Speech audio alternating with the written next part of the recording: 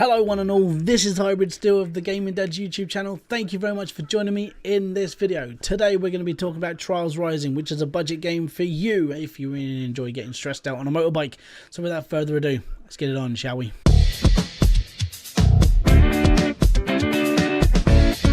So, Trials Rising, and I'm not even going to apologise for my comment. Yes, you will get frustrated playing this game when the difficulty ramps up and you're continuously on a bike getting stressed out that you can't get up this one obstacle. It is one of those games that takes a lot to learn. It's a lot to master, but once you've done it, you sort of get there. Now, the reason why I say all that is because, in fairness, all the Trials games have evolved to what it is today. And the easy levels are like, yeah, I can do this, don't worry, it's all good. And then when you get into the harder levels, you're pulling your hair out, or what's left of your hair, and you're starting to basically work on your beard as well. Now, the best part about this game is that it's the evolution of Trials. As the game has progressed and gone on through the years, they've basically opened it up and made it more and more interactive. I really enjoy the levels of this game, and I really enjoy the fact that all the levels are sort of like a little bit more sort of like 2 to 3D now.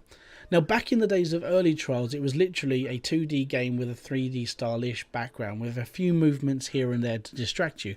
This game has gone full blown on the whole distraction thing, and continuously in the background things are always moving, happening, or exploding.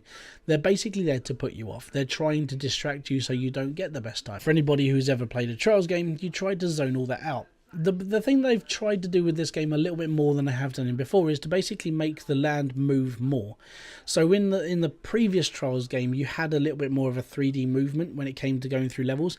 They've done that a lot more with this. You're not just now on this sort of single line going. There are a lot more different routes and a little more camera angles that are going into this game. The designer level for this is way over my head now. I'm not going to be ever capable to make an amazing level. There are some people out there who have made absolutely amazing levels. I would suggest trying them out because there are so many more tools that you can use now.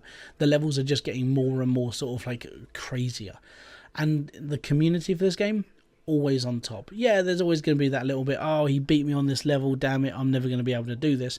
But when it comes to the actual game and the actual people who are playing this, it is a full-on community. They're very, very creative and very, very actually sort of half decent to talk to.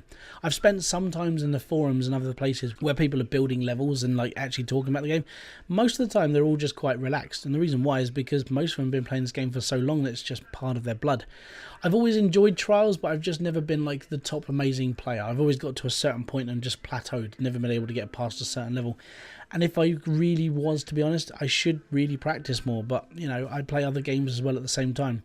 Trials for me is one of those games that I play between games, you know, and it will take me months to come back to it, but I still come back to it. It's just that strange sort of addiction factor. I just enjoy playing this game, and I've always enjoyed it. Now, I think this game still runs at about $15.99, which is still pretty cheap for a UK price. I'm not sure what that translates into dollars or other currencies, so I'm very sorry for this. But for a game that doesn't really cost you a lot, and it has got a lot of content, it's all good. Now, getting onto the content, has got a lot more. Now, they've started to adopt this sort of loot box system, and the loot box system itself is actually worked on your level. So as you go up levels and you'll progress through like the actual level itself, you'll get to a certain rank and you'll get another box. They're not doing this so you have to buy microtransactions and stuff, but the microtransactions are there in the background. Your character is fully customizable. You changing the helmet, his jacket, gloves, and the way he looks, stands, poses, and all the other taunts that you can do for this game as well. The bike itself now is like almost fully customizable, where you can unlock new fenders, handlebars, tires, wheels, and all the other stuff that come with it.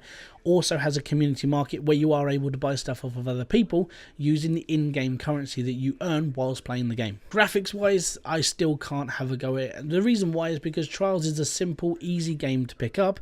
It's hard to master, but the graphics have always never disappointed. Like I said, it's an evolving game that's always going to be different every time one of these comes out. It's going to be using the same mechanics, yes, lean back, lean forwards, do a backflip, do a front flip, but the actual game itself has always looked really nice. I mean, even in the early days when this was like a really early game, it didn't look too bad. But as the game has progressed and got older and people are actually sitting there going, oh, we want this out of it, they have delivered. Every single time the graphics have always delivered. It's never over the top. It's always quite simple, but it's very, very effective. With this game, they have put a lot more detail into the backgrounds, the way the landscape's shaped, and the way that the bike moves through the landscape. Adding camera effects into certain sections has always been a key thing for Trials, and it has never disappointed on that as well. So would I prescribe this game for everybody? I actually would, and the reason why is because this can teach you a couple of things. And even for kids, this is a hand-eye coordination game that you have to have slightly faster reactions as the game goes on and gets harder. For myself, I'm one of those angry people. I normally have, like, you know, I get to a certain point before I start breaking things. So I know my limits of how far I can push myself before I get stressed. And if you're like me, you normally have to take a break after about 20-25 minutes of doing the same thing 15 to 20 times. So that's the review of Trials Fusion. Thank you very much for joining me. If you have liked this video, don't forget to hit the like, subscribe and notifications button below for all other updates. If you want to comment, chuck it down in the comment section. Let me know if you like the video or if there's something else we can do on this channel, because, you know, we're open to ideas and suggestions and so on and so forth. If you go to the description box, there are 2 links. Number 1 goes to the Gaming Dads community website, which is where we have other reviews being done by other gaming dads, and we sell some pretty nifty merchandise, and you can come along and join our Facebook group, which is normally full of people like me and you. The second link on there is to my own personal YouTube channel. It's basically where I do reviews like this, and I also live stream in front of people whilst dying profusely in video games and just having fun. That's how gaming should be, really. And don't forget, guys, you are legends in game, heroes at home. And until the next video, I will see you all later. Peace out, have fun, and enjoy everything you guys do. Bye bye.